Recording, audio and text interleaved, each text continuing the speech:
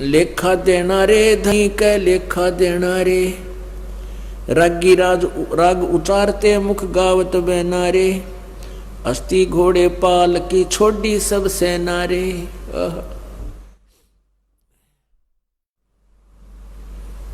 पीछे आपने समाचार पत्रों में पढ़ा था एक दिन कि जो विशेष खबर से आती है, भक्त दास बच्चे मुझे बताते हैं कि आज ऐसी घटना घट गई। एक विशेषकर ऐसी घटनाओं को दास विशेष महत्व देता है, पढ़ता देखता है और फिर याद आती है परमात्मा यदि हम आपकी शरण में ना होते या दुर्गति हमारी भी होती। समाचार पत्र में आया था कि एक पोलैंड देश का पूरा कैबिनेट यानी प्रधानमंत्री और मंत्री और उसके सारे सपसलार जो उसमें बैठे थे सारे नष्ट हो गए। एक ही जहाज में थे, किसी का शोक व्यक्त करने जा रहे थे और आप भी विनाश को प्राप्त हो गए। उनकी कितनी आशाएं थी, क्या क्या उम्मीदें लगाए बैठे थे, ये करेंगे वो करेंगे, और जो ये करना था वो काम वो उनके याद भी ना आया। तो काल भगवान ने इस जीव को धोखे में रखा हुआ है, इसको इतना चौधरी पका दे है कि बस तू ही है, सब कुछ तू ही करेगा, यूं कर दूंगा, देश का उद्धार कर दूंगा, फलाना कर दूंगा।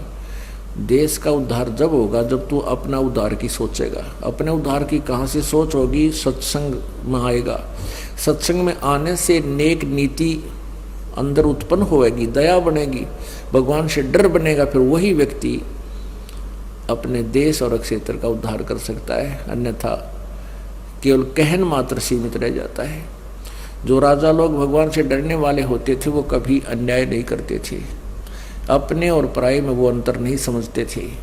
उनके राज्य में कहते इतना शांति होती थी कि गाय और शेर, बकरी और शेर एक ही स्थान पर जलपान कर लिया करते थे। अर्थात शेर बकरियों को नहीं खाता था, फल आहार करता था। अपने आत्मा ये बातें सत्य हैं बिल्कुल। तो ऐसे उद्धार भी वही व्यक्ति कर सकता है क्षेत्र का जो स्वयं उद्धार हो। जो स्वयं उद्धार नहीं है फिर तो ये अपना कर्म ही भोग रहे हैं। जैसे परमात्मा कहते हैं अगम निगम को खोज ले, बुद्धि विवेक विचारे, उदय अस्त का राज मिले तो बिन नाम बिगारे। बहुत गहराई से विचार किया करो पुण्यात्मा इस परमात्मा की वाणी पर, तब आपका हृदय इस संसार से हटकर भगवान की तरफ चलेगा। और जिस लाभ को आप स्वयं प्रयत्न से प्राप्त करना चाहते हो वो आपको नहीं मिल रहा, उसको भी परमात्मा ही दिया करता है। जैसे हम कोई कार्य करते हैं, जैसे पहले क्या था, हाथ से आटा पीसा करती थी माई बहनें, और हाथ से ही पशुओं के चारा काटा करते थे। एक मशीन लगी थी जो हाथ से घुमाकर काटते थे, फरसे लगे होते थे। तो अब हमने पावर का कनेक्शन मिल गया, बिजली का, और बिजली से फिर वो कार्य कितना आसान हो गया। जो कार्य पावर कर सकती है, जितनी शीघ्र कर सकती है, वो मैनुअली नहीं कर सकता, नहीं हो सकता इतना। तो ऐसे ही जब हम परमात्मा की शक्ति से कनेक्टेड हो जाएंगे, हमने भगवान की पावर का कनेक्शन मिल जाएगा, ईश्वरीय शक्ति का हमें कनेक्शन मिल जाएगा, फिर हमारे कार्य बहुत आसानी से होंगे, गढ़े गढ़े होंगे। तो क्या बताते हैं कि अगम निगम को खोज ले और बुद्धि विवेक विचार, उदय अस्त का राज मिले तो बिन नाम बिगार। अब इसका एक उदाहरण देते हैं आपको। बेगार किसे कहते हैं? पहले हम सुनते थे, विशेषकर ये 3 व्हीलर से हुआ करते बड़े बड़े, तो वहाँ हमारे गांव से में सड़क बनी ही थी, वहाँ से वो 3 व्हीलर जाते थे, रोहतक या लाखन माजरे तक आते थे। तो उनमें से एक व्यक्ति 3 व्हीलर वाला ना दिख आया उस दिन, तो नेक्स्ट डे उससे दूसरे साथी पूछ रहे थे भी कल क्या बात होगी, तू आया कौन नहीं? तो वो कहने लगा कल मैं बेगार में फंस गया। बेगार क्या होती थी कि पहले पुलिस वालों के पास ये जीप जाप ना हुआ करती, ये इन्होंने किसी का व्हीकल पकड़ा, 2 डंडे मारे और सारे दिन घुमाए जाते, उसी से तेल डलवाते, उसका डीजल भी वो खुद डालता था, पेट्रोल के होते थे पहले। तो वो कह रहा था भाई 200 रुपये का तो पेट्रोल फूक दिया अपने घर पे, अपनी जेब से 200 रुपये का पेट्रोल लगा उस समय। आज तो मेरे ख्याल 20,000 का हो वो 200 रुपये का जो उस समय खर्च हुआ। 200 रुपये का पेट्रोल लग गया और सारा दिन इधर उधर, सुबह ले गए पकड़ कर मुझे 4 बजे और शाम को रात के 12 बजे छोड़ा जाके, यानी दौड़ धूपता देश तक घनी चौनी घर में आई को ना, घर से ही वो पूंजी और बर्बाद करी, तेल घर अपने जेब से लगाया, उसको बेगार कहा करते थे। तो वो क्या करते थे 3 व्हीलर वाले, फिर अपना बांट लिया करते जी, एक आदमी का तो घनी बेगार पड़ जाएगी, वो बांट लेते थे, भी एक दिन उसको कभी जरूरत पड़ा तो वो चला जाएगा, फिर जरूरत पड़ेगी तो तीसरा, यानी ऐसे कोई आपत्ति आती है तो अपना ये विकल्प निकाल लेता है पब्लिक, क्या करे।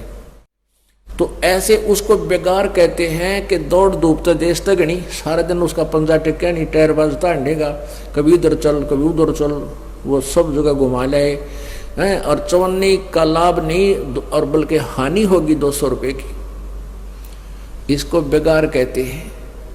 ये बेगार थी, व्यर्थ का दौड़ धूप, चवन्नी उसका इनकम नहीं हो और खर्च भी साथ में हो।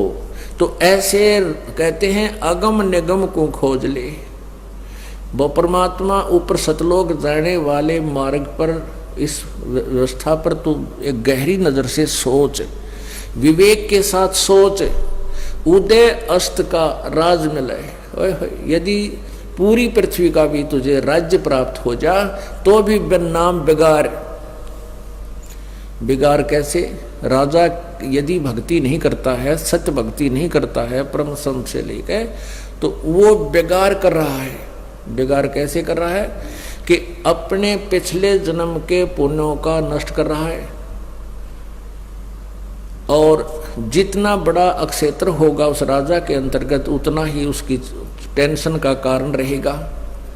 कहीं पर कोई उपद्रव हो रहा है, कहीं पर सूखा पड़ गया है, कहीं पर फ्लड आ गई है, कोई मंत्री कुछ कर रहा है या दूसरे राजा की चिंता। तो वो राजा आप देखते हो, किसी भी मंत्री, मुख्यमंत्री, प्रधानमंत्री, सारा दिन रेल बनी रहे इनकी, कदे वहाँ चल कदे वहाँ चल, ना जा तो वो अक्षेत्र वाले नाराज हो जा। यानी इतनी टेंशन तो राजा को होती है, किसी को नहीं होती पृथ्वी पे। लेकिन हमने वो ऐसा दिखाया कि जैसे बड़ा ठाठ कर रहा है। ठाठ तो यहाँ ब्रह्मा विष्णु महेश के कोई ना, यहाँ एक पृथ्वी के छोटे से टुकड़े के कोई बन गया, कोई अधिकारी या कोई राजा बन बैठा, सपने में भी सुख नहीं है। तंदर सुखिया कोई न देखा, जो देखा सो दुखिया हो, उदय अस्त की बात करे मन सबका किया विवेका हो। परमात्मा कहते हैं सुख नाम की चीज नहीं है किसी प्राणी को। सुरपति दुखिया भूपति दुखिया, रंक दुखी बपरीति हो, कह कबीर और सब दुखिया, एक संत सुखी मन जीती हो। अगर यहाँ भी थोड़ा बहुत सराहत आपको चाहिए तो परमात्मा कबीर जी, परमेश्वर कबीर जी का इस दास के द्वारा उपदेश प्राप्त करके ही होगी, अन्यथा इस पृथ्वी पर वर्तमान में और कोई विकल्प नहीं है। या तो परमेश्वर स्वयं आए थे, या आज इस दास को वो खजाना दिया है जिससे आप भी लाभ प्राप्त कर सकते हो, मोक्ष भी करा सकते हो, और संसारिक जिसको तुम सुख मानते इस झूठे सुख के दूर राहत है, वो भी परमात्मा कबीर जी के इस साधना से, इस मंत्र से जो दास देता है इसी से ही प्राप्त होंगे। तो कितनी प्यारी व्याख्या दी है कि अगम निगम को खोज ले, बुद्धि विवेक विचार, उदय अस्त का राज मिले, तो बे नाम बेगार है। आप तो बहुत साहूकार हैं उन व्यक्तियों से जो अरबपति और खरबपति हैं, जो सत भक्ति से वंचित हैं। वह कहते हैं वह माया तो यही रह जाएगी।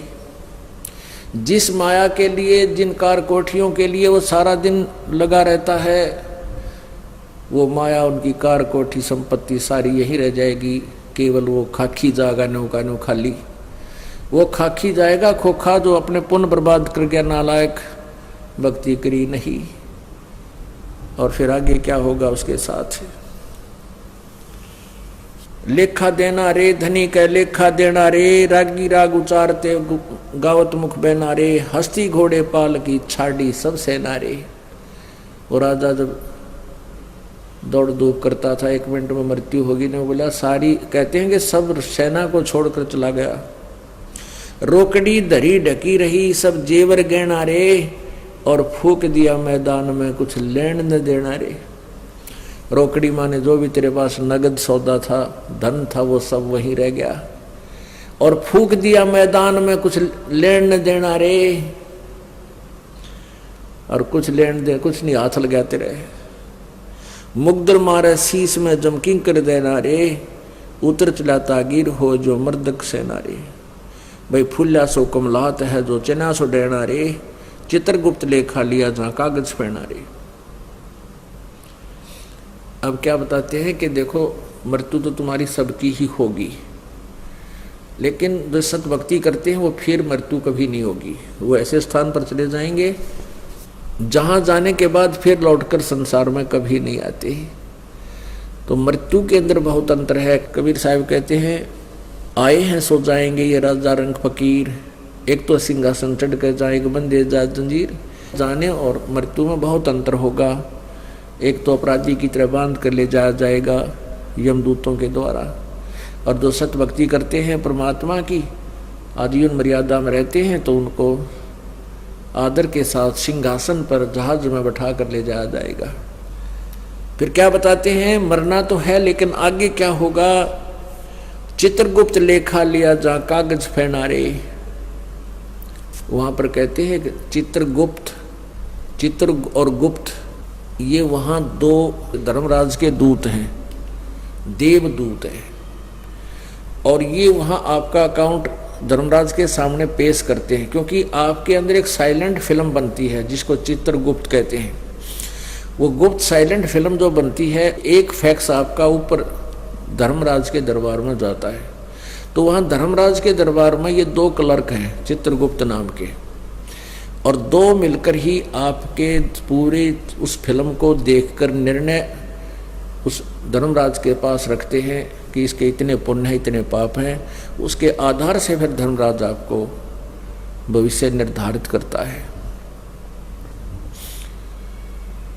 तो यहाँ क्या बताते हैं कि मर तो गया कोई बात नहीं, लेकिन जहाँ चित्रगुप्त लेखा लिया फिर कागज फैना रे, वहाँ तेरे कागज कंप्लीट ना होने से अड़ जाएंगे, अर्थात तेरी बिरान माटी होगी। और फिर क्या बताते हैं कि मान लीजिए कोई भक्त है और वहाँ पहुँच गया, भक्ति पूरी बनी नहीं, तो क्या उसके लिए क्या बताते हैं, चलिए आम दीवान में सतगुर से कहना रे, मुश्किल से आसान होगा जो बहुर मरे नारे। चलिए आम दीवान में, आम खास आम दीवान 2 प्रकार के पहले दरबार लगा करते थे। तो कहते हैं चलिए आम दीवान में, यानी परमात्मा के सच्चे दरबार में जाइए, तेरा वहाँ फिर भक्ति मार्ग बढ़ेगा, सच्ची भक्ति मिलेगी, फिर तेरा जन्म मृत्यु कभी नहीं होगा। बोया अपना सब लोने पकड़ो मन ऐनारे, चरण कमल के ध्यान से छूटे सब फैनारे।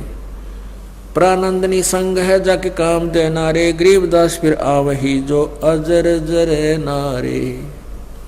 अब क्या कहते हैं गरीबदास साहिब जी, कह रहे हैं कि जो अजर जरेंगे नहीं, यानी जिनको पूर्ण विश्वास नहीं होगा जो हम कह रहे हैं, वो व्यक्ति भक्ति करते, हमारी भक्ति करते हुए भी फिर भी आ सकते हैं, जन्म मृत्यु हो सकती है। किनको? गरीबदास फिर आवही जो अजर जरे नारे, जिनको दृढ़ विश्वास नहीं होगा, अजर यानी पक्का और सही, यानी कारण तेरा जरी नहीं आ बात, जरना मीन विश्वास होना। जिनको पूर्ण विश्वास नहीं हुआ हमारी बातों पर, वो भक्ति भी कर रहे हैं, वो भी वापस आएंगे। यानी सभी मर्यादा पूर्ण करते हुए पूर्ण लाभ प्राप्त किया जाता है। अगर आप ये वीडियो YouTube पर देख रहे हैं तो हमारे चैनल को सब्सक्राइब करें और बेल आइकन को दबाना ना भूलें। अगर आप Facebook पर ये वीडियो देख रहे हैं तो हमारे पेज को लाइक करें।